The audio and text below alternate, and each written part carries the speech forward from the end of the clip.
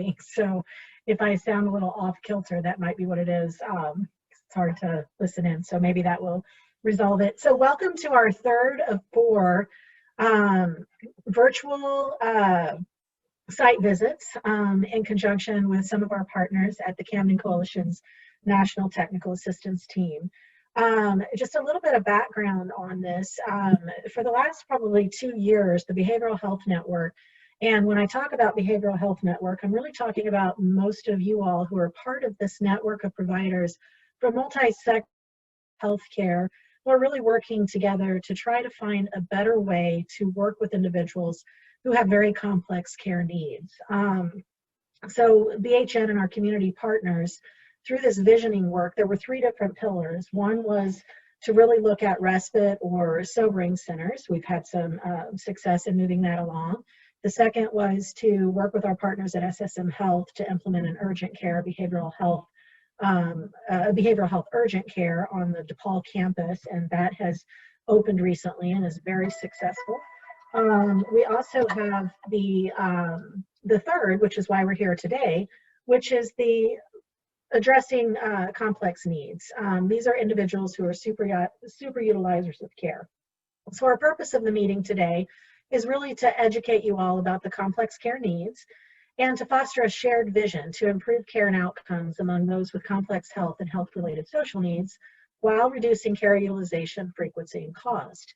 And what we know in some of our work together, it's really trying to be more efficient, more purposeful, more intentional, and how do we address folks that are dying at much earlier rates than the norm because they have these serious and persistent mental illness, substance use disorder, addictions, and typically a comorbid primary care or primary care complex need.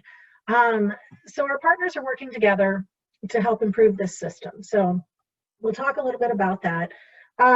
One of the things that I really want to encourage you about before we move on to introductions is that these type of meetings are twofold. One is to provide education to you all on what complex care is, how it operates, and really looking at all of the different kind of sections of that work. That, we've had a session on IT and data.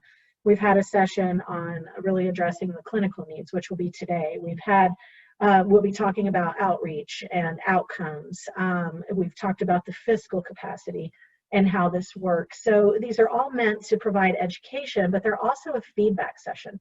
So our goal is to really use this as interactive time, either through the chat or through speaking up. We're a small enough group that I think we can speak up or put it in the chat, but we want to hear from you, and all of this information will culminate into a final plan and recommendations for how we continue to move this really important work forward. So really encourage you to get involved, to listen in, and to make the most use of this time. So again, thank you for being here. I want to introduce our team. Melissa Benson, you met her briefly. She is the program manager for complex care. She is kind of helping to spearhead this work.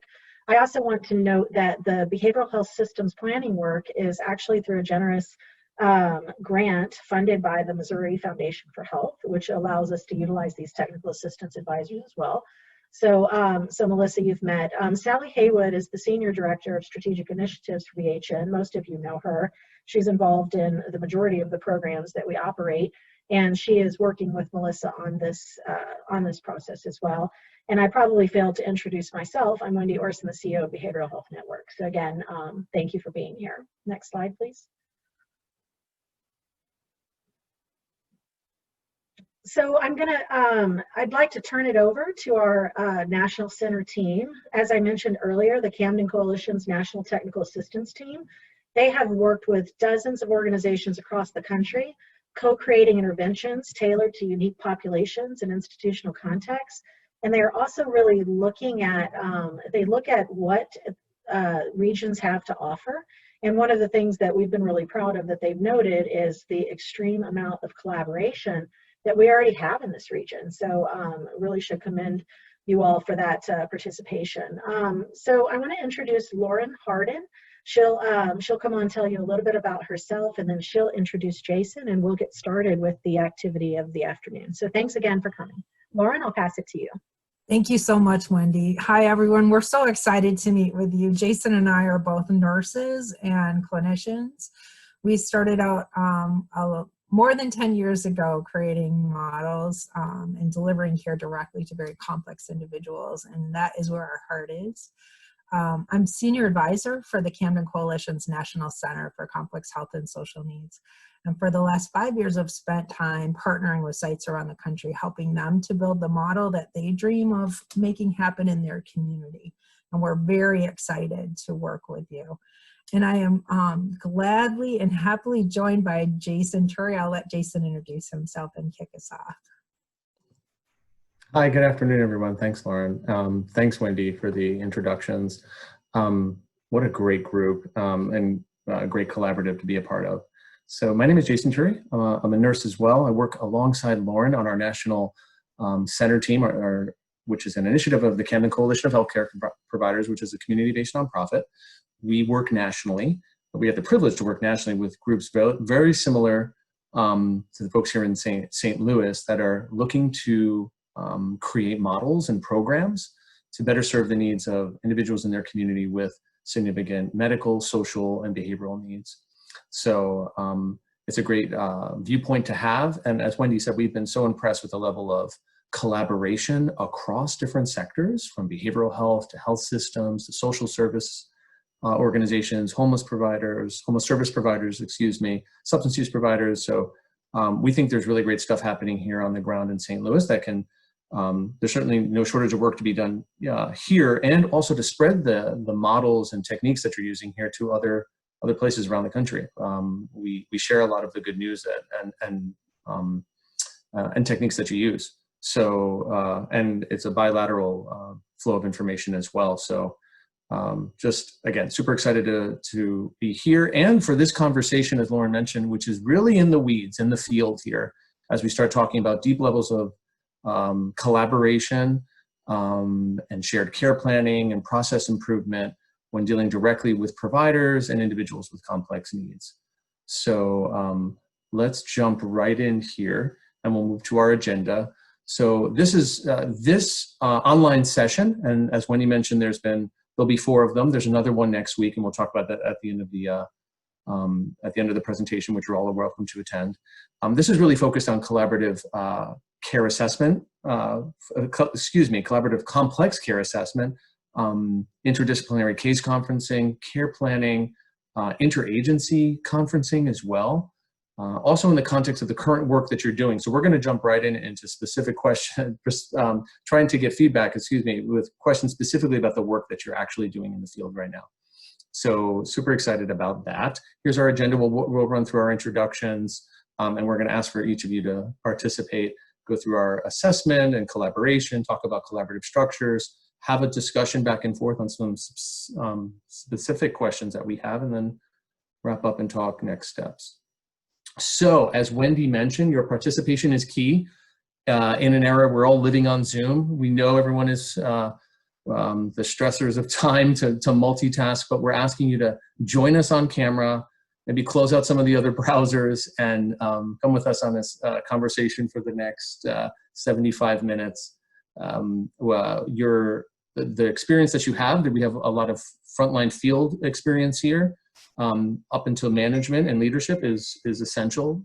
So please join us in participating and adding your perspective, suggestions, feedback. It's going to be really important, and we're going to be doing that via Zoom and coming onto audio and sharing your ideas. So we're going to start this as an exercise. We want to know who's on the call with us so everyone can share. Many of you know each other. But why don't we take a moment right now for everyone to put in their name, position, and organization they represent, just so we can have a roll call of who is here. So we'll take a few minutes for everyone. We'll take a minute for everyone to put their name in there and their position and their organization. Go ahead.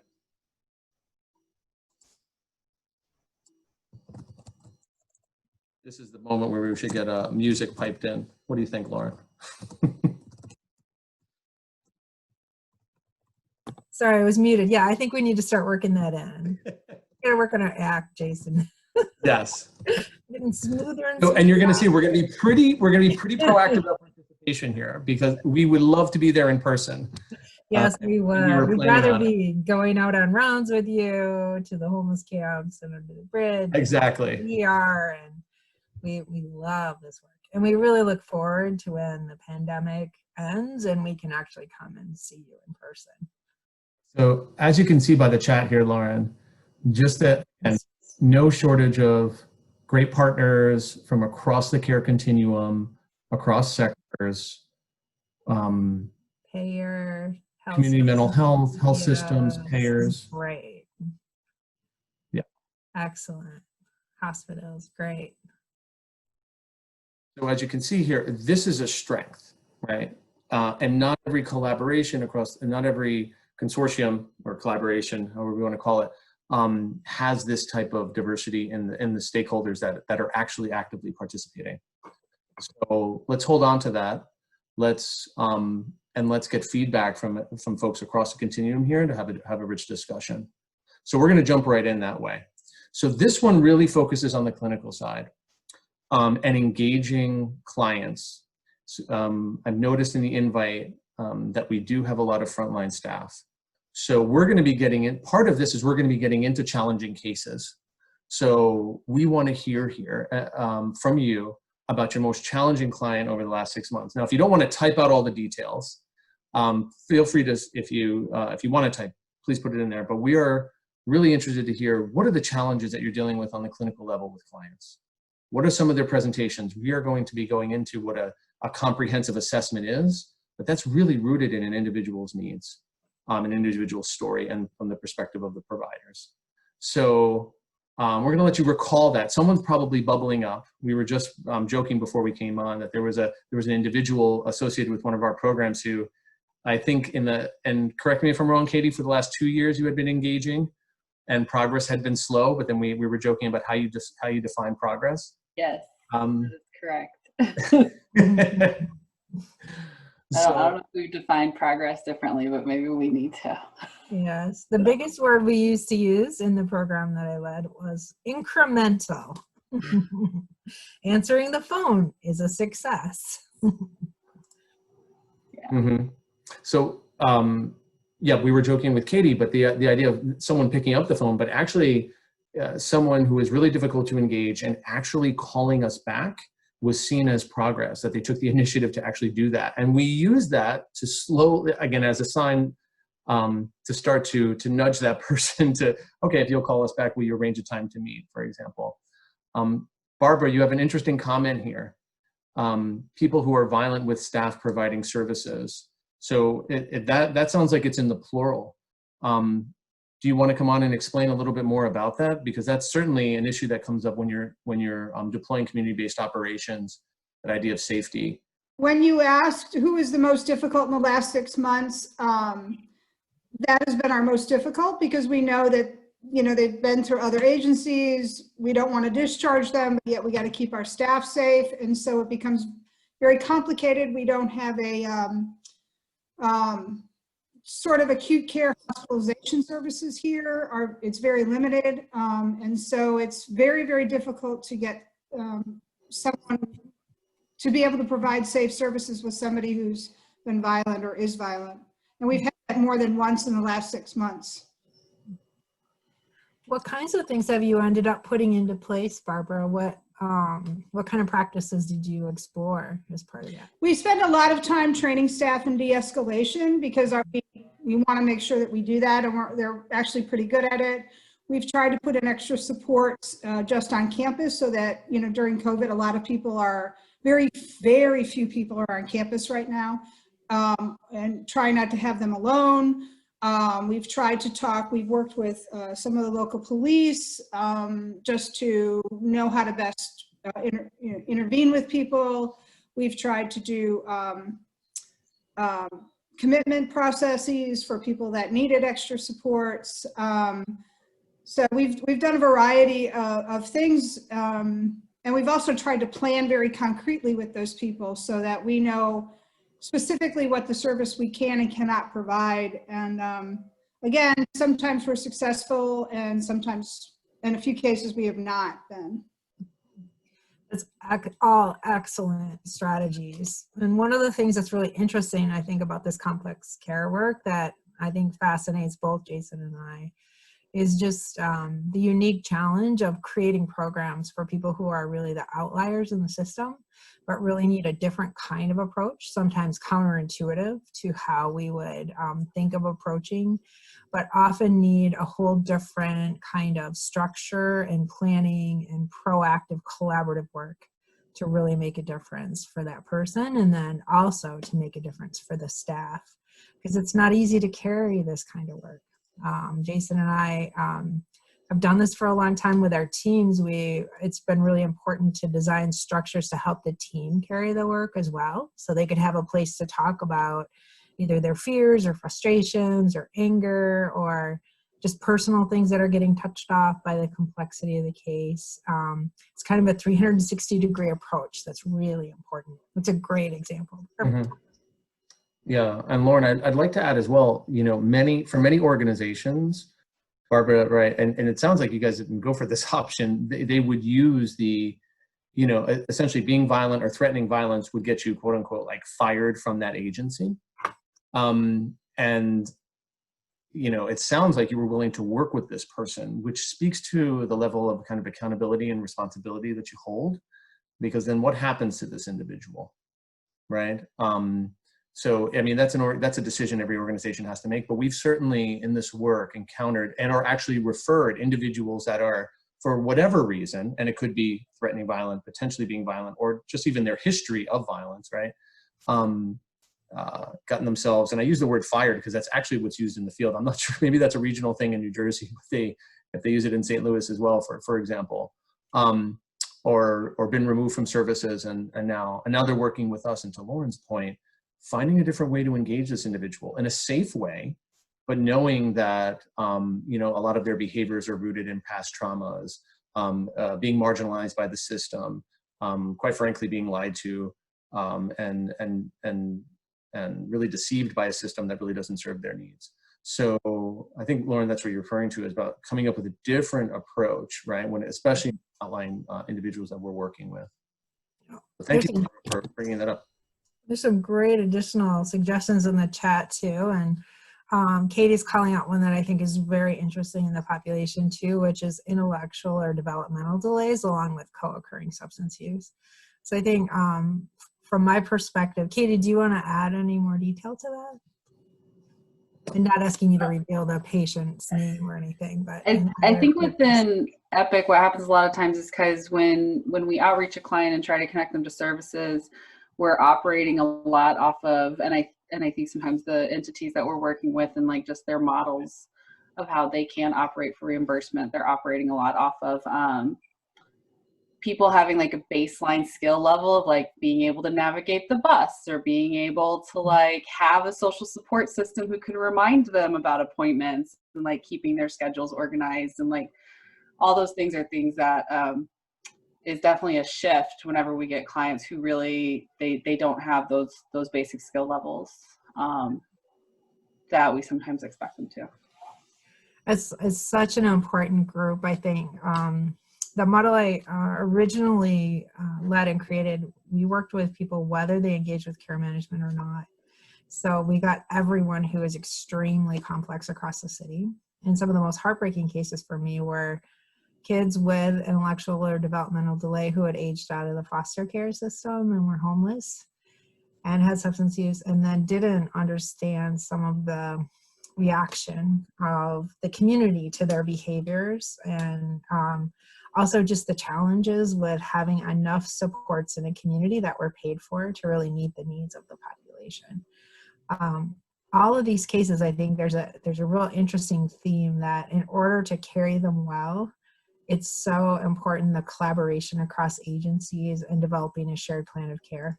Because when you try to do it alone as one agency, it's like a drop of water in the ocean. It's almost impossible to really move things when there's such a complexity and a constellation of things going on. So we'll talk about some structures that we created in our own work, and also that we've learned about from other parts of the country about how we carry that. thank you for the excellent stories. Please jump in with examples as we go through the slides, because if we were sitting in a room with you, we'd be sitting around talking about your most complex cases and how we can apply that to what we're doing here. Want to go to the next slide? Thanks, Laura. So, and I just want to call out Matt in the chat as well. I think speaks to Lauren, your point, as Matt talks about the significant needs of that individual, coming in an intoxicated state and struggling with, it sounds like a severe mental health issue, also significant social issues. As Wendy alluded to, many of the folks have comorbid chronic medical conditions, which negatively impact their life expectancy, the ability to manage. And I think speaks to this kind of the universe that surrounds an individual here. So these are kind of a broad set of care domains that we use in our care planning to wrap around an individual. As you know, the individuals that we're working with have significant needs, but in different areas, right? So we have to individualize a care plan to their needs, as we were mentioning in some of the brief case examples there. So we're going to get into what it means to kind of go through an assessment like that, but we're very much approaching this from a holistic point of view. And you might see some things here that stand out. One of the things I'm particularly proud of that we do in our group, and I'm sure you do as well, some of you in your organizations, is once someone, the people that we're working with have real insights into the system failures and have a unique way of communicating what they've been through to actually advocate for systems change. And so we actually noticed that early on, and we made it a domain in and of itself, and created pathways for individuals to go from a very, while they're stabilizing, and certainly after they've stabilized, and working through recovery, to become advocates and activists for a different way of providing care. And one of the case examples we're going to show is part of that, offering to share your story to advocate for a better system that actually meets the needs of the folks that we're working with. So we'll get back to this, but again, we really set it in the context of what really matters to the individuals that you're working with, and eliciting those responses and trying our best to help them meet those goals. So capturing a deeper story, this is one of the core things that we found is critical with complex patients or high utilizers. Next slide, please. When I first started working with this population, I had been trained to write a history and physical like a physician. And what I quickly found with the most complex individuals accessing our health systems is I needed to be looking at more information than I had learned in an H&P. And what evolved out of that was a 4-quadrant framework, looking at medical, behavioral, social, and systems root causes on every person that we intervened with. The reason we did that was to really get a deep patient-centered story so that we could really identify who else was working with this person, who could we collaborate with, and what were those root cause needs that weren't being addressed in our traditional medical, behavioral, social systems. What was that comprehensive picture that would allow us to weave things together for this person? Next slide. So in the medical realm, you're all really well trained in looking at diagnoses, but it was taking that lens and shifting a little bit and looking at what are the diagnoses or conditions that are driving instability or frequent access to the healthcare system. So the emergency room docs on the call probably know if you pulled up a DRG for high utilizing populations, you might find a lot of people with the DRG for back pain. So if you just look at the data, you'd say, wow, maybe we need a back pain clinic, or maybe, but that isn't necessarily what's going on. So the root cause in that population for some of the people is either uncontrolled or lack of being on evidence-based pain management. For another group, it's in some areas, it's a known diagnosis to receive, a 6-pack of narcotics to go from the ER And some people are using that to sell for their way of making a living, and some people are using it for substance use. So really looking at root cause and really looking at, is it symptom management? So for example, there's a big group with COPD that has high frequency access. Are they coming because their disease management is worse or their disease itself is worse? Or are they actually missing a symptom management plan to proactively treat their symptoms at home, and teaching about that, and a pathway to access help from home before coming to the ER? So that's in the medical realm. Next slide. In the behavioral realm, it's similar. So the DRGs are codes for behavioral diagnoses. But if you look at some people's records, they'll have a very frequent diagnosis of bipolar, for example, in the electronic health record. And if you actually know the person and know their deeper story, sometimes that diagnosis gets thrown around a lot and added into the chart and copied over when really they were having a psychotic event related to substance use, and they don't really have a bipolar diagnosis. Or what's driving them to come to the ER, even though they may have a DRG or diagnosis, is they're lonely, or they're grieving, they lost a partner, they have PTSD, they just came back, they're a veteran, they just went through a trauma, they're socially isolated.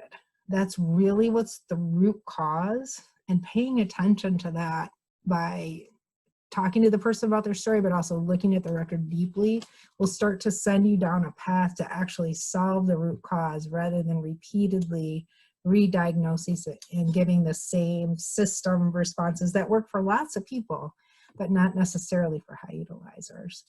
And definitely paying attention to substance use. So people are very familiar with alcohol and narcotics, but it's also really important to pay attention to things like benzodiazepines in this population, because there's subpopulations who've been overprescribed and are dependent on those medications as well. So paying attention to that and access to treatment and behavioral health.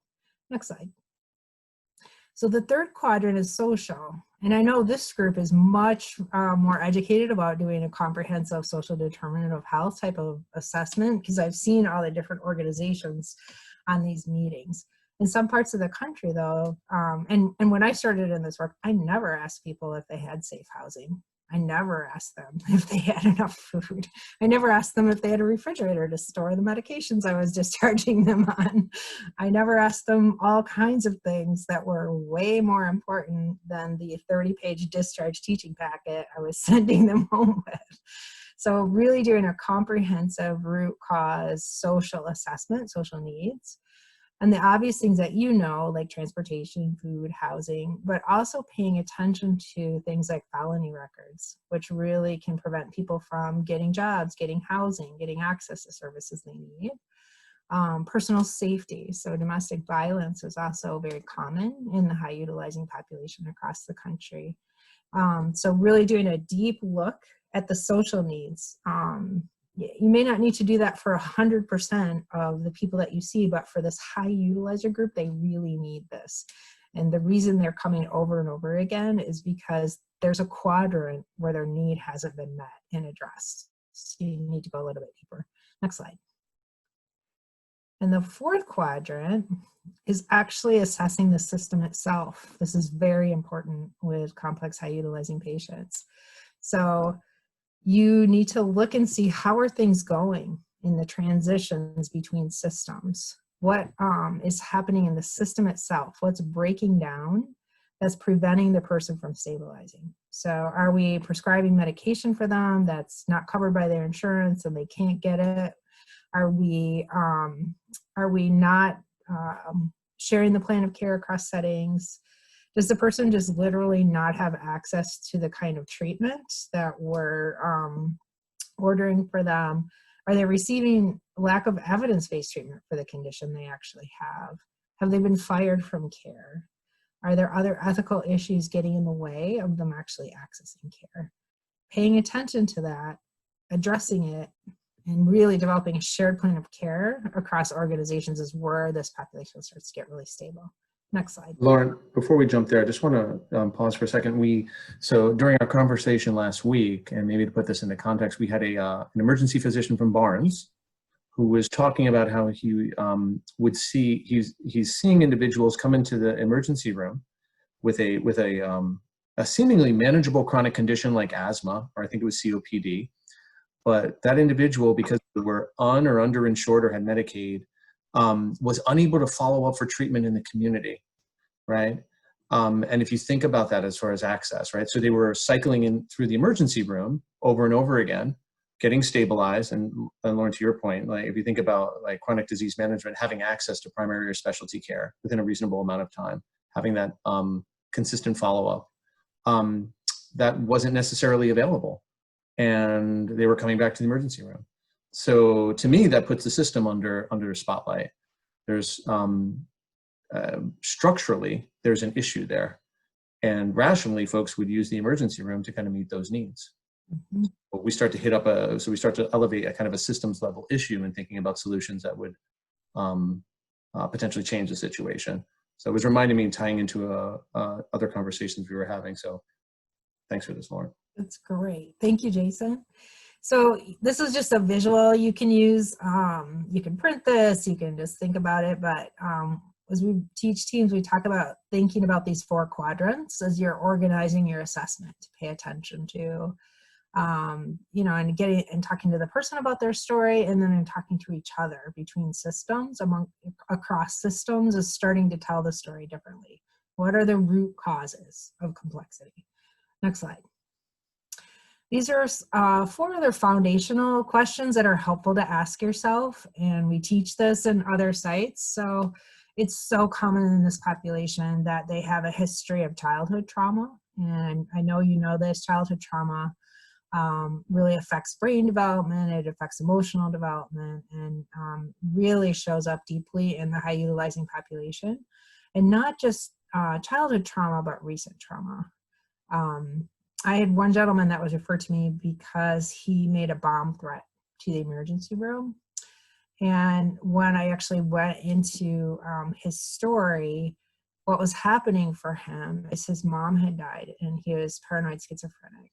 And he knew if he called the bomb threat into the hospital, he would get this response of being taken care of. He was grieving the loss of his mom. So really paying attention to recent trauma is just as important. What are the gaps in the current care? So, you know, that's what we talked about, that systems breakdown. Who are your partners? Make an eco map. Who across the city is already intersecting with this person? And that includes, if you can, faith communities or neighborhood organizations, really thinking about how does this person live their life and who intersects in it? Because that's your team. That's your cross-continuum virtual team. And then what other partners or resources do you need to solve this? Common ones I needed to bring in, sometimes neuropsych to determine competency of the person. Ethics to sit at the table and help us when we are making really hard, counterintuitive decisions about collaboratively setting boundaries across the community. Or calling APS, or calling the police, or what were the things that were going to be safe and appropriate care for us as a team to do. So who do you need on your team to broaden your shoulders for this case? Next slide. And this is just an example, more specific things to pay attention to in those quadrants. We wanted to give you all kinds of resources that you could play with after this presentation. So you can look at this and practice it with someone later. These are the things that I was referring to in the previous slides. Next slide. So Jason's going to tell a story of a case through that lens.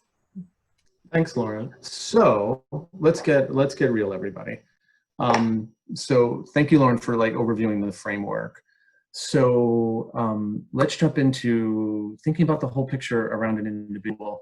And if you've been on our other webinars that we've been doing over the past few weeks, you will notice Michael here. So Michael is an individual that we were working with some years back. Again, what a privilege to work with him, really articulate, had been through, quite frankly, hell. talk about post being through a traumatic life experiences, he definitely experienced those and was dealing with the fallout of a lot of that. But we were called to, he was on an inpatient hospital unit as someone we're having trouble with. And I'll go through some of these. And as you can scan the issues that he's having here, and for the individuals that your organizations work with, this constellation might sound similar. It might sound familiar, excuse me. Or you might be working with individuals with similar needs. Certainly in some of the chats, we've encountered some of these issues that have been coming up. So this was Michael's situation. Just want to overview here. So here's the picture of him in the hospital. You can see he has the IV in. When we talk about what matters most, we actually ask Michael, what do you want to work on? Right? What are your goals? And this is actually, you can see here, the plan that he made for himself here. And you can see what he was starring, what was, I had, as he put down all the things, I said, well, can you try to rate some of these? There's a lot of stuff going on here. Now, all of this can't be figured out in a few weeks in a hospital. But it gave us a starting point of like, okay, what was top of mind for him? What were his priorities? So in thinking about the framework that Lauren just provided us, let's jump into this and just start to make kind of sense out of this complexity. Again, Michael was admitted to the hospital for a blood infection secondary to his IV drug use. This required 6 weeks of antibiotic therapy. Now he has significant behavioral issues, as you can see here, but he's on the medical side, being treated with IV antibiotics for medical condition. By their very nature, for those of you who have spent time on inpatient on the medical side, if you're not quote unquote compliant and really cooperative, it's easy to get yourself into trouble with staff. And in fact, he did. He was actually getting into altercations with the inpatient medical staff, with the hospital attending that we had to help intervene. Again, their, how can I say this? Their level of flexibility and with an individual like Michael and the way he communicates and relates, especially in this kind of acute phase, and he's been literally on the street and then coming into a facility, they didn't have much tolerance for his, for the way he communicated. So there was a lot of resistance and there was a lot of friction that had to be worked through. As I mentioned here, significant behavioral issues and was not currently on any treatment for his substance use or his mental health diagnosis, as well as living really rough, living on the street in abandoned buildings, really disconnected with family. He did stay in contact with his best friend, mostly through Facebook. And for those of you working in the population, if they can't maintain a phone, Facebook is an actual way of communicating with the outside world, normally accessed through the library. And sadly, he had lost, well, and not surprisingly, considering his, his current situation, had lost visitation and custody of his young daughter, which actually became a goal of his later on to work on. I wanted to end on systems here and then get into partnerships in our next slide, because this is really where we start to see the system break down for an individual like Michael, especially in the acute phase. We really took this opportunity, since he was hospitalized, to really form a relationship with him. And it became clear someone like Michael really challenged the system. So normally, if you needed several weeks of antibiotics, you could be discharged home. Well, that wasn't an option for Michael. Or you could be discharged to a facility. But many folks, and he knew this, wouldn't accept him because of his drug and mental health history, mostly his use history, being an IV drug user. So he had to stay in the hospital and essentially move in. So he's moved into a medical unit that can provide for his medical needs, but when it comes to the psychosocial aspects, we're really challenged, especially on the frontline staff. And certainly he can get consults from the behavioral health staff. So we used that as an opportunity to engage him right there. And what you don't see in the picture is he had books, and it looked like his apartment had moved in there after if he had one after a few weeks of being there. The other, and as I mentioned before, the confrontational relationship that he did have. So just to help him maintain through this really life-saving treatment, because without this, he would have gotten sicker and sicker. And this isn't uncommon for someone that has a history of IV drug use to have these types of complications, but certainly an opportunity to engage and start to align some of the systems to better serve this individual once they get out and once they're discharged as well. Just to add a comment to that, Jason. So one of the key things with looking at system root causes is not to look for who to blame, which usually when we started to pay attention to that, people were really afraid that we were calling them together into a shared case conference to blame people or talk about who did what wrong. The purpose is to really identify how can we come together to change this root cause for more people. So it's for systems improvement. It's for strengthening each other for coming together. Because this is hard work. No one is intending for it to go wrong. No one's intending for the plan not to be passed on. No one likes being the agency that says, I'm sorry, you don't have access because of fill in the blank. It's really to look deeper at how can we collaboratively work together to change the system. And in Michigan, we actually went all the way to the state level and actually national to change some things like patients being fired from dialysis. Not to blame anybody, but to look at the systemic impact of some of the practices that were getting in the way. So, go ahead, Jason. Yeah, no, thank you, Laura, for that. And Wendy, I think you mentioned, and it was great, it was good to hear about a medical respite program that was ongoing or that you guys were standing up. Something like that could certainly have been leveraged. And actually, we didn't have one of these in Camden. I will say to the hospital, though, we would get creative, to Lauren's point, of coming up with solutions for high-risk discharges that didn't have a home to discharge to. And you're not going to send home nursing to an abandoned building, but we would do vouchers for hotel rooms so folks can convalesce. Again, getting creative, and there's mutual benefit and actually getting creative, especially in some of these high-risk situations.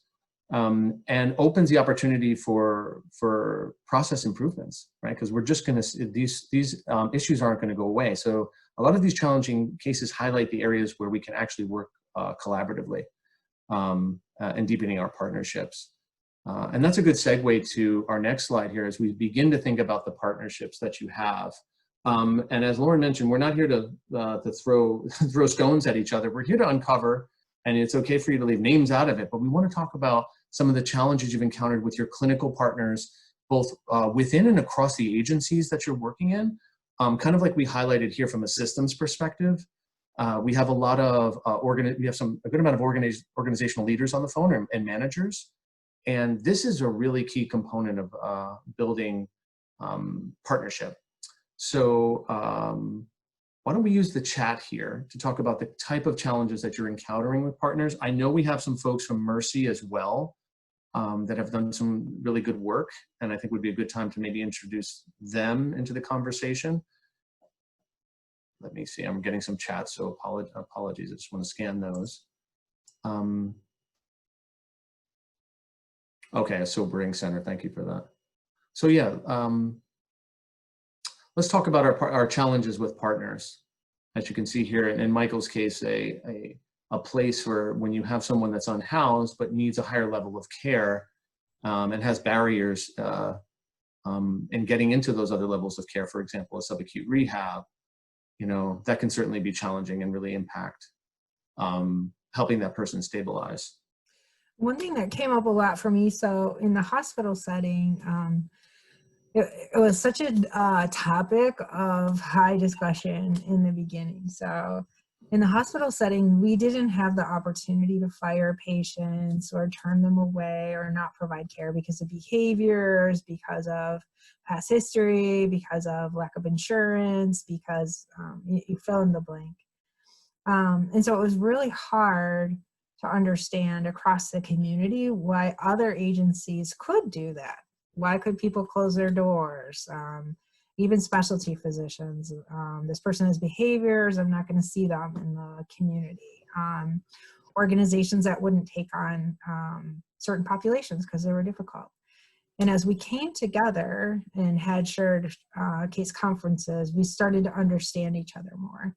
Because in the hospital, we weren't allowed to fire people, we weren't allowed to turn them away.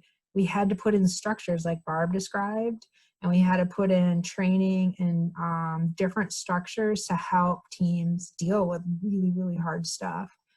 In the community side, many of my partners in the community didn't have those kind of resources or didn't have that kind of budget or didn't have that kind of flexibility to say, yeah, we'll take everybody. There just wasn't the economic support, and there wasn't, they couldn't serve everyone that was referred, so they had to choose who they were going to refer best. So we started to share resources across organizations to try to build a stronger safety net across the community to get a really strong community response. So for example, in the sobering center that was in our homeless shelter, we wanted to expand that, and they were very afraid because they didn't really have the right access in the evening to having sort of security support. And our hospital was located very close. So we shared our security staff as a backup. And then our clinical staff also rounded in the sobering center. They couldn't afford to hire those staff to be on at the shelter, but we set up shared agreements to share our best practice resources, and then they shared back by having a few beds that we could work with for medical respite for the homeless population. So there's a lot of creative solutions when you look at it through the lens of everybody's doing the best they can. How can we come together to solve this hard problem? So it sounds like maybe Jacqueline and Ashley might want to talk a little bit about the Mercy ERE collaborative case staffings, how they're going.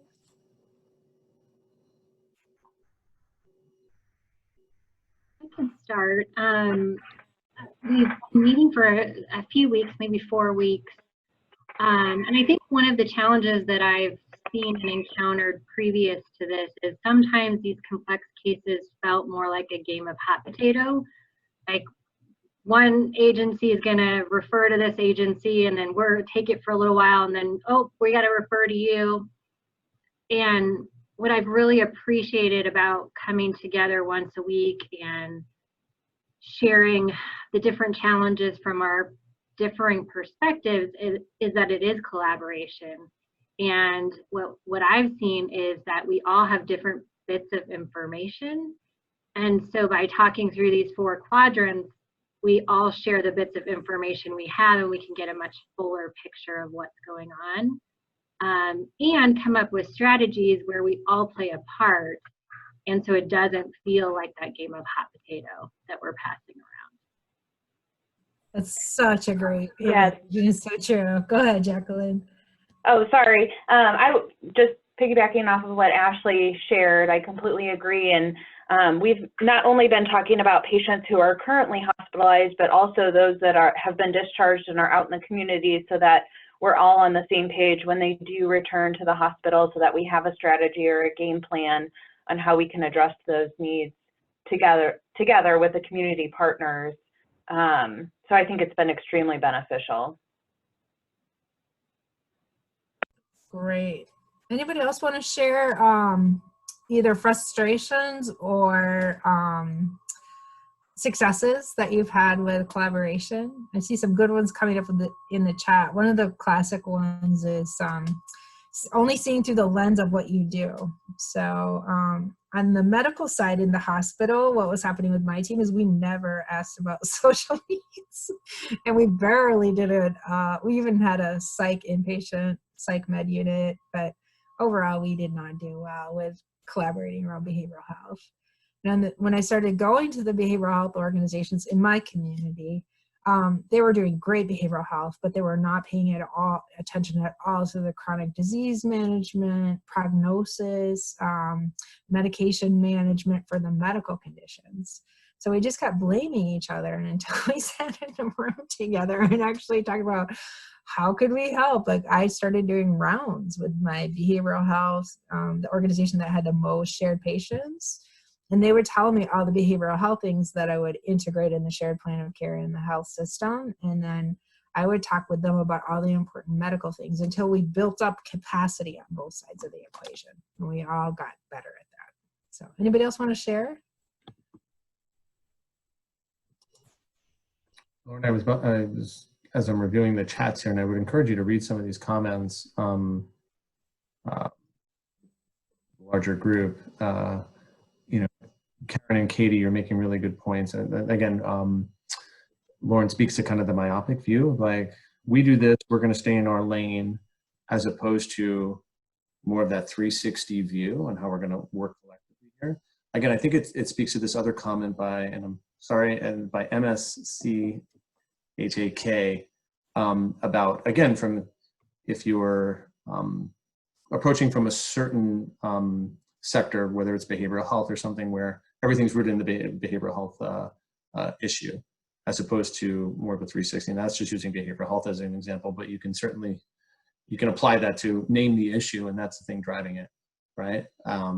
When in reality, as we're talking about here, it's there's a constellation of issues around someone, right? And the kind of the process all is working together, right? All of the needs are kind of at play here, and it's when we work like that that we can actually, to Jacqueline's point, I think it was Jacqueline or Ashley, we can get a better understanding of what's going on and a better way to meet this person where they are. So I really appreciate that.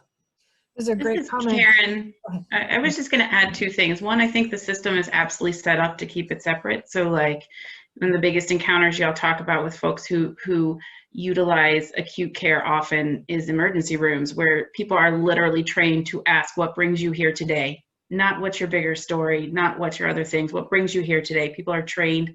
The system is set up solely for episodic. And then I made the comment, naturally as helpers, whatever level of this are, people don't like to ask questions that they don't have answers to.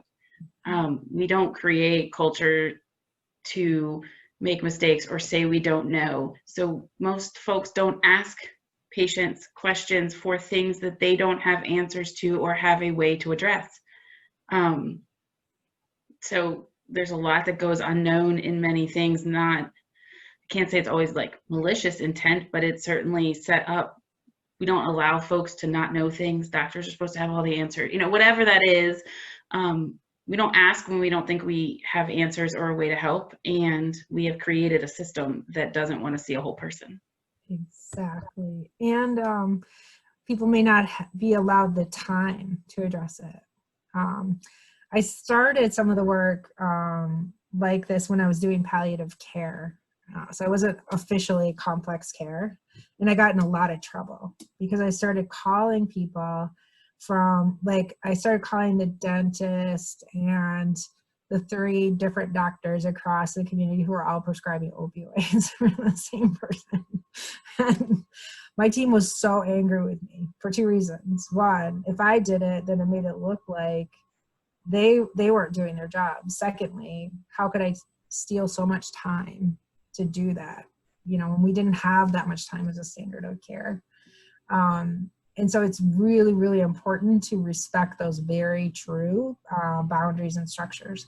There's ways to accelerate the comprehensive information disseminating amongst the team without everyone having to collect it. And there's ways to set up a pathway for help and intervention in those things without everyone having to have that competency. Sorry, there's a tractor going by right now. What we ended up doing is making shared plans of care, where we had a small team that created that comprehensive analysis, linked it in the electronic health record with an alert, and it popped up across systems so that people could read that assessment and have a resource.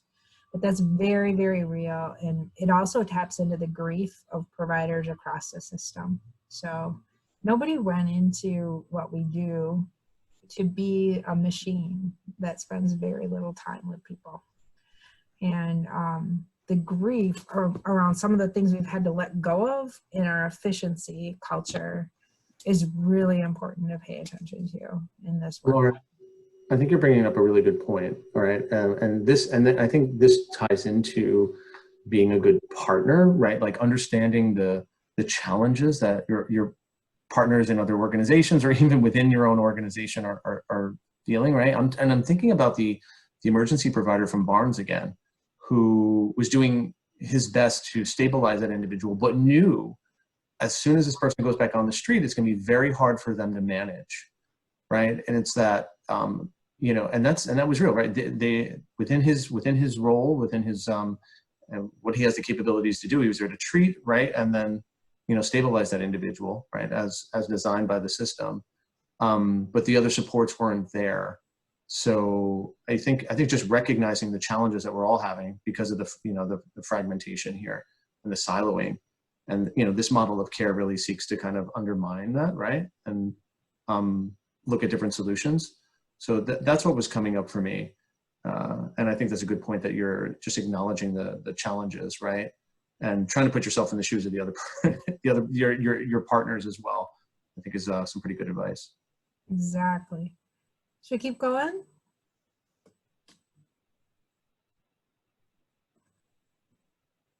Yeah.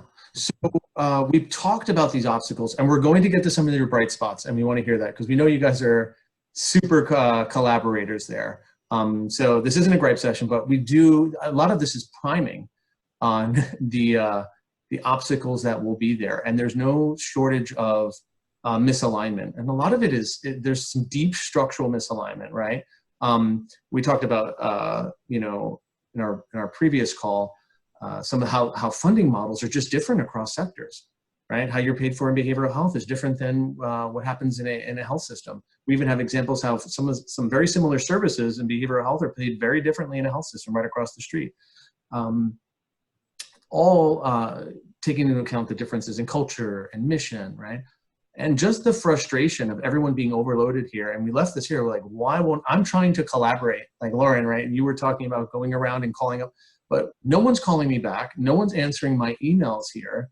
I'm just kind of screaming into the darkness here. And it can be extremely frustrating. Yes, it can. Right? Ready to go to the next slide? Sure.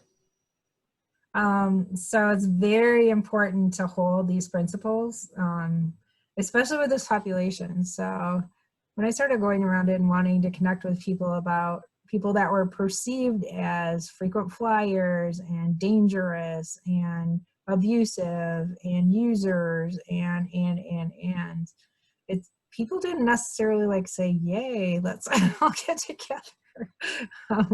It did really bridge from a place of how can we help each other. So it was about supporting each other across systems, saving time across systems, consistently responding to any meetings that we had, sharing resources, highlighting successes and sharing them as successes of the group, not Lauren Hardin's successes or not Lauren Hardin's organization successes, but everyone's successes. And then if things weren't working, to have the courage to facilitate a space where we talked about it respectfully. But that was just as important as taking minutes, consistently showing up, consistently trusting that people had good intent. It was also to take the responsibility to address conflict or when things aren't going well. Sometimes that's a one-on-one conversation outside the meeting. Sometimes that's a safe conversation within the group to address it and say, this doesn't seem to be going well. Can we talk about this? What's getting in the way? How can we help each other? How can we broaden each other's shoulders? How can we really come together for this person and for each other? Next slide. So, Jason. Yeah, so now, so we're out, Lauren and I are outsiders. So we're here to bright spot, right? We want to, so now it's on you all here that are listening and participating. We want to know what's going well. We've talked about the obstacles, we talked about individual client level issues, but what are some of the collaborative structures that you have in place, especially interagency, that you want to tell us about? And it can be something, Wendy was alluding to some of the programs that were happening, but we'd love to hear about some of these, especially for individuals that present with this constellation, as I'm calling it, of complex behavioral, social, and medical needs. What programs are out there, and I think more deeply, what structures for collaboration exist that really support you all. So don't be afraid if we call on you if you have something great here to expand on that. We're going to wish Lauren well on her next engagement. She was called away to attend to that. So we have about another 30 minutes of our conversation. So let's hear about it. I know we have folks at Mercy that are we were encouraging to share, and I definitely want to hear more from Ashley and Jacqueline if you have because I know you're, as you've kicked off your own program, you're developing these structures, so that would be great. But there's a lot of other partners on the line that we'd love to hear about your work, working with other partners across organizations and sectors, right, that really stand out. So love to hear about some of those. Okay, here they come in, and I apologize, I'm toggling between the chat and this. Okay.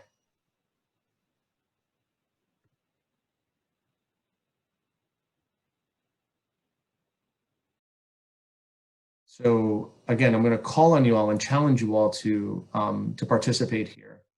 And if there's some folks from the BHN focused programs from ERE, from the BHN under supported programs like ERE or EPIC that stand out, we'd like to hear about those too. Maybe get the conversation going a little bit. Hey, Jason, this is Melissa. So to kind of explain a little bit what we've been doing with the Mercy folks on our Friday, we have Friday meetings, our collaborative case staffing meetings. We actually started with the 4-quadrant model that you've shown in the beginning, and that's how we originally started. After reviewing and doing a couple that way, we found it fit for Mercy that we prefer a chart note template instead, which is another resource that Camden sends out. So if anybody's interested, I'll send that out with the materials today. But we found that we're able to still hit all 4 quadrants, but have it in a documented format to where it can go straight into the patient's chart. And I would ask, Jacqueline, and I don't know who else is on here. Ashley Mooring. Ashley and anybody else to please jump in, and what are your thoughts on how we've been doing things lately? I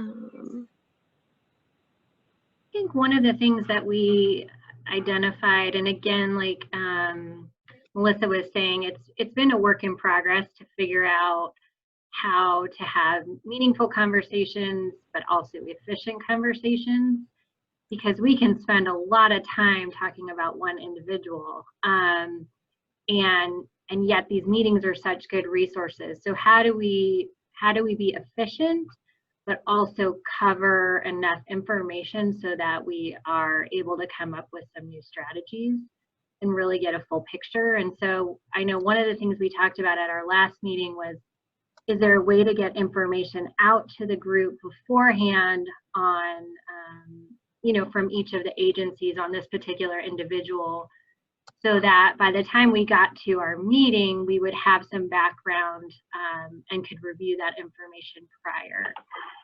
So that's something we had talked about, and also feeling a need to not just talk about new clients, but also to staff clients that we had previously talked about, and how is it going, kind of doing a check-in. Do we need to talk about new strategies? I wonder if I could ask you some specifics just so the group can understand this. So who participates in this meeting? Where does it happen? How often does it happen? And what's the target population of the folks that you're discussing? I think that'd be helpful for some context for everyone. Go ahead. Oh, this is Jacqueline. On the Mercy side, we have some nursing managers. I'm the manager of care management. We have a couple of supervisors from our intake department who often see these folks come in frequently through our emergency room. We have been focusing on our high utilizers of the emergency room, as well as inpatient units. So that's been our primary population that we've been discussing during these meetings. And then Ashley, I can let you talk about from your side who all typically attends, and do you have anything else to add? So these are individuals that have also interfaced with our ERE program and staff. And so they've had multiple referrals to our ERE program, and we've not been successful in diverting them from the hospital. And so We have staff come that are on our ERE team, so frontline workers that have worked with those individuals. Our ERE coordinator, I attend as well from a CMHC, Places for People. And I think that's all on our end. For BHN, for EPIC, we have our one of our engagement specialists, Carla, has been attending as well from the opioid side.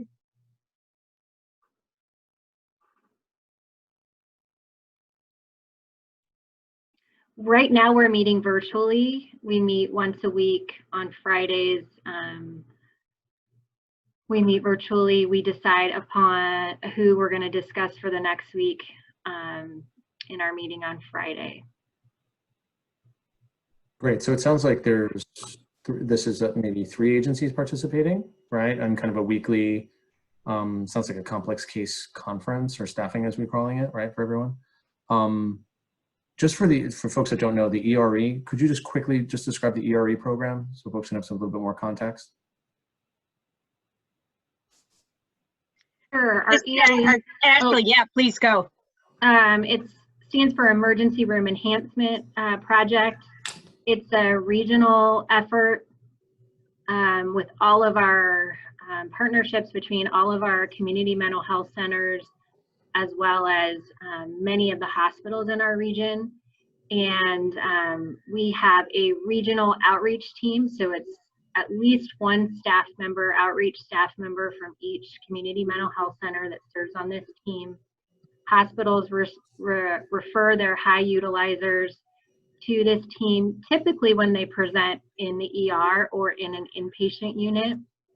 And then our outreach staff spend time outreaching them. They go straight to the hospital to screen them, and they do intensive outreach for about 3 months with the goal of linking them to appropriate behavioral health as well as other psychosocial resources within the community.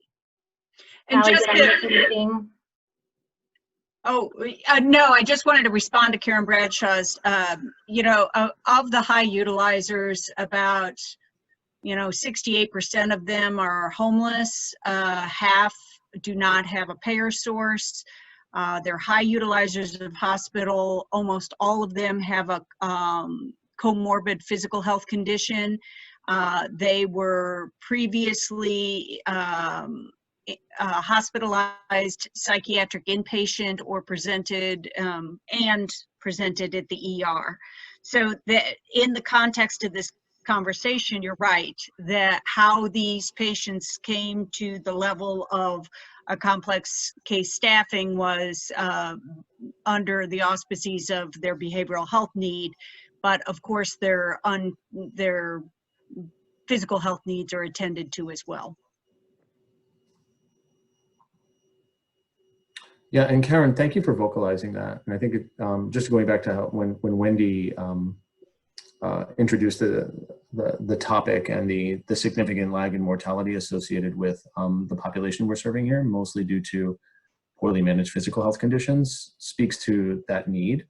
And often we're just trying to folks are again stabilizing on a housing need or acute behavioral health condition. This doesn't get enough attention when we've seen in our work across the country. So right to be asking those questions, and certainly would fit into a longer term plan of care that can be enacted upon, facilitating and integrate, for example, an integrated care plan with physical health supports would be definitely best practice that way. And I asked solely, I get it, majority of the needs, especially if unhoused, all of those things are going to be priority to address first, and we can't do everything all at once, like fully understand. I was thinking more of when they listed who was in the room and how we strategize when something comes up that's not in the room on the regular basis, ensuring that there are connections, or you can't have every need met by the folks in the room, to just make sure that partners that can do those things or support those things are outreached, or who takes that on in a complex care meeting.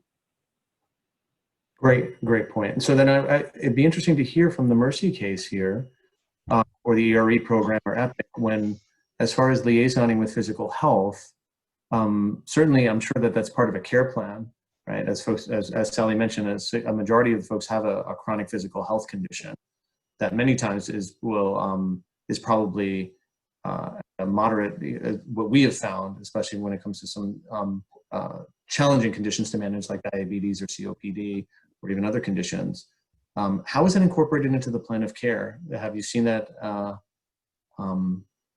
Have you addressed these issues? And many times the coordinators here have to flex between behavioral health and linking to primary or specialty medical care. Love to hear if you guys have any experience with that yet in some of these individuals that you're working with. Well, most of the community mental health centers, they operate healthcare homes. So many of the patients with severe mental illness will be also enrolled in those services. Otherwise, the care coordinators work to navigate those connections. Yeah, thanks, Sally. Yeah, an important component of a kind of holistic plan of care. And thank you, Karen, for bringing that up. Yeah, and Sally knows this already. I think in this model, or thinking through it, especially when we're using hospitals where we can align programs, not asking for just know that Mercy in the ER, there's a CRC, which is a community referral coordinator who does the physical health, who could be outreach for any patient at Mercy to help make those connections whenever necessary. Not to be included in the meetings, not necessary. I'm just saying she's there if y'all need it. Thanks for that. We'll move forward here, and just want to talk about some of these as far as like checking ourselves here, especially when it comes to the building collaborations, building partnerships across organizations. And Lauren, really, we were talking about this presentation ahead of time. We wanted to make sure that we mentioned these because it sometimes doesn't actually make it to top of mind, but really before we start casting stones at other organizations that maybe are underperforming, that we really looked at what we could do to change the way we're operating and assume good intentions of the folks that we're working with. As we mentioned before, many folks have a lot of challenges that they're working with and are confined by the role and the scope of work. For example, as we mentioned from the emergency department example. So again, assuming good intentions is always a great posture to be in. And then I believe it was Ashley was talking about, Jacqueline, it was either Ashley or Jacqueline, about using the time efficiently to make the case, bring up the issues that have to be attended to, because we could easily get bogged down here with so many issues. So learning how to run these partnerships, and especially these meetings that we'll get into in the next slide, and the different types of meetings efficiently. And lastly, there is motivation and inspiration in this work and working together and having a solid team across organizations that way. So we really, we gain strength from each other that way. So we want to make special mention to that. We do want to talk about some of the broad structures that we've heard some about here, and thinking about ways you can definitely group these. And there's three basic ones here, huddles and rounding, which are happening on specific units already. And sometimes you'll have interagency staff participating in them. And you could consider that an interagency case conferencing, which I think Mercy was alluding to, right, in their project, that in their weekly meetings, multiple agencies getting together. We also have a vision and have experience with working with groups that actually form complex care committees, not only within their organizations, for example, at a large health system, but actually form these across communities. So in order to think about kind of the systems level issues and interagency issues that need to be cleared in order to best serve these populations. So a couple examples, and I think we heard some of these, that there's definitely crossover in some of these, because huddles can definitely, as I mentioned, include people from across organizations. So just some brief structures for impact here. As we move into about the last 15 minutes, we're going to pivot here into some more discussion from the stakeholders that are on the call, and so we're going to encourage more participation that way. I have some questions that we put together that this is just to let everybody know, this is part of an assessment we're doing at the National Center, so we can feed back the information that we get from you all back to BHN and the partners for recommendations on how to best do this. So any and everything that you can actually participate, either the chat or via right into the presentation here and going on audio, is going to be really helpful. So why don't we jump into some questions here, and do not be shy.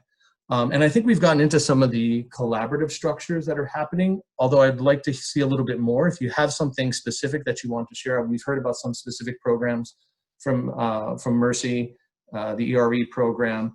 Christy, I think you mentioned an HCL program. Not everyone might be familiar for that, so if you could add that in for us, I'd love to hear what that is. So we're uplifting collaborative structures that between organizations that have been working for you all. So this is a time, again, for folks to participate that way. We're going to get into a little bit more specifics around shared care planning. But again, if there's anything that you think we should know about, something that should be replicated, that's on a micro scale now, that this collaborative needs to know about, that we extend, we want to know about those so we can make those recommendations and learn a little bit more about them. So appreciate the feedback that way, and you can definitely use the chat.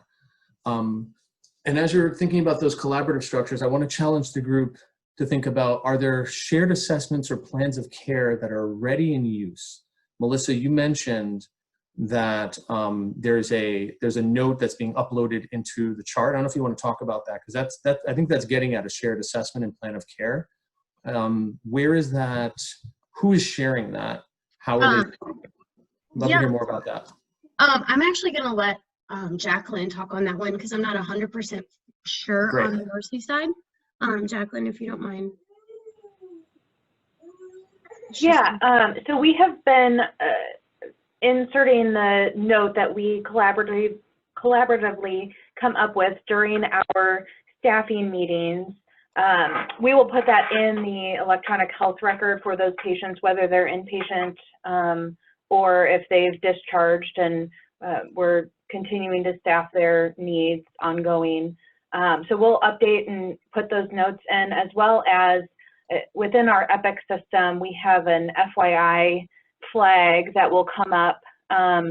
So if the patient presents to the ED and we've staffed them with the team, that flag will pop up when they present, so that everyone touching that patient will understand, hey, these are all of the things that we're trying to work with, not only within Mercy, but our community partners, to address this patient's needs. Do they really need admission, or what would be most beneficial for the patient to support their challenges that they're having at that moment? So, and I know the specific note type that we've been utilizing was, I believe, what Camden Coalition shared with us as far as the outline or the format. And I think we could probably share that with the team. Melissa, I know you have a copy. I have one as well somewhere in my email, but we could definitely share that as well. Thank you for that. Now, is that just within, so for those that are on EPIC, and I know the three large health systems are SSM, Mercy, and Barnes, the flag is that's a great place to put in an FYI, where you can, and it carries through the entire, it's right there in the record and easily accessible. Jacqueline, how does it work with, and Ashley, maybe you can answer this, about that being shared across agencies? Is that something do you also take that tool, Ashley, and use it on your side? Because I think that's where and we've been talking about this in our IT conversations, again, with Project BEACN, about coming up with some solutions that are shared across systems. But is that kind of manually, is that shared on the community mental health side at all?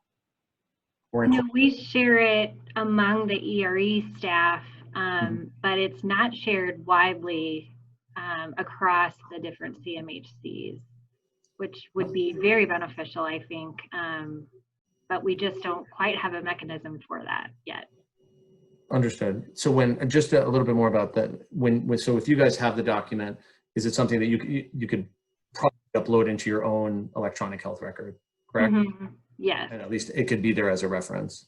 Right. So part of Mercy's commitment to this complex care is they are in the process of securing EPIC read-only access for about 30 outreach staff who participate in a variety of programs working with their patients.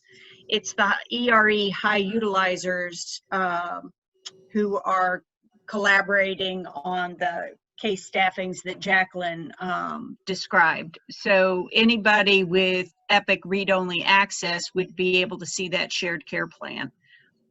But it's not everybody in every community mental health center working on behalf of the client.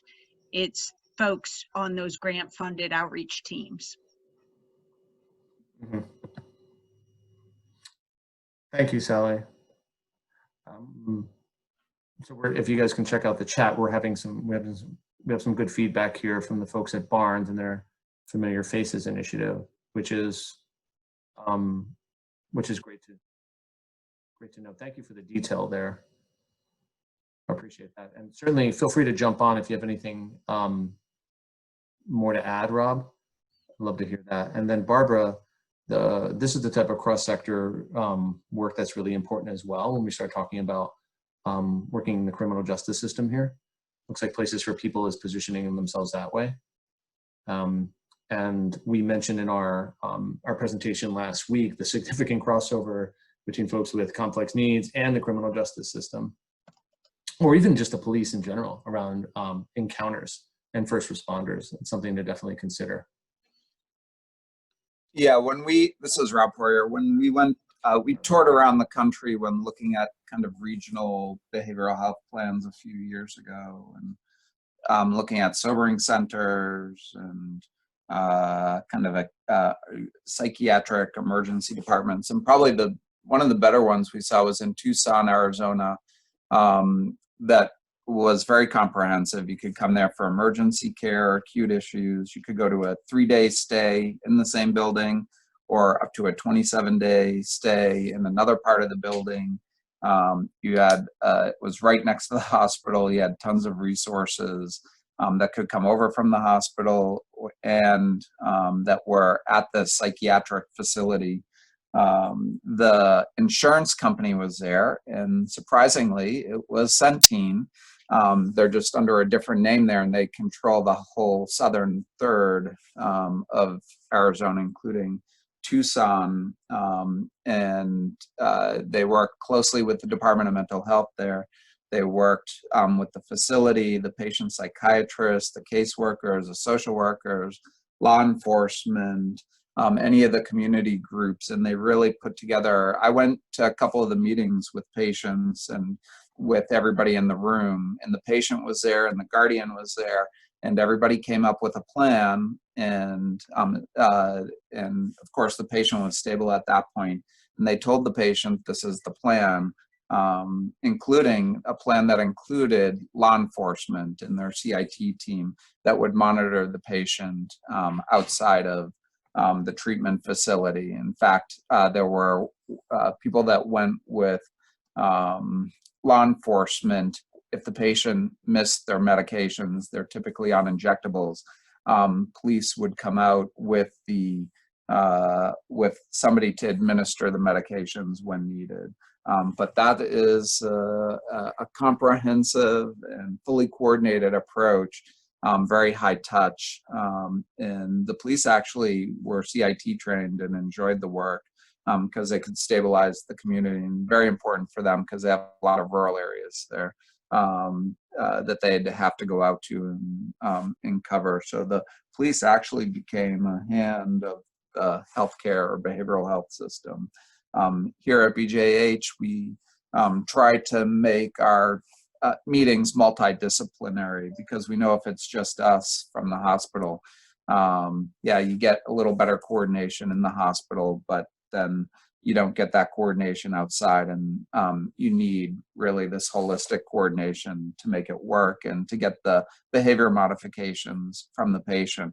Problem is, we tell the patients all different things, and they learn how to sometimes manipulate the system to what they think is their benefit when it's not. Now, not all of them, and then some of them escape through the cracks. with not being compliant with medications. And so we just go on these peaks and valleys with patients, times when they're compliant and things are going well, and then they suddenly disappear, become non-compliant, and things blow up, and we have to spend a lot of time, money, resources trying to get them back on, to get them back into treatment and stabilized again. But sometimes when they're in those valleys, they end up killing themselves or being killed, just because we live in a pretty violent area. And so, you know, there's a lot more we could do if we could closely coordinate. Thank you, Rob. Really appreciate your perspective. And we were, before you joined, we were recalling some of the conversations from last week.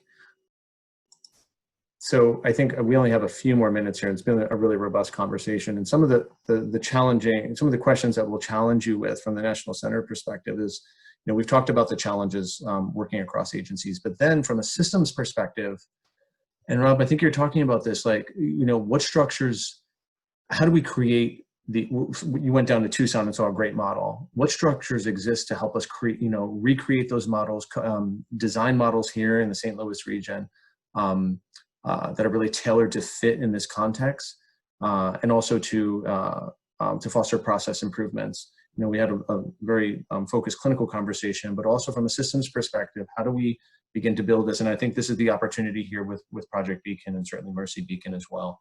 So we're going to continue to look for your feedback and input. We have a call coming up next week to continue the conversation into metrics and evaluation. And I want to make sure everyone is aware of that. We're going to you know, talk about what we've been doing with communities around the country and some of the opportunities when we begin to measure and evaluate the work we're doing here, and not just from a financial perspective. We take again, a holistic view that way when it comes to cost, utilization, quality, and then client and provider experience as well. So the conversation continues. I think it goes without saying this was definitely a good one, and again highlights the great work that's going on, and no shortage of challenges. But again, I think we have some great examples here of moving the work forward throughout the region. I'll pause with the last 1 minute to go to let the BHN folks kind of sign us off, but it's been a pleasure. And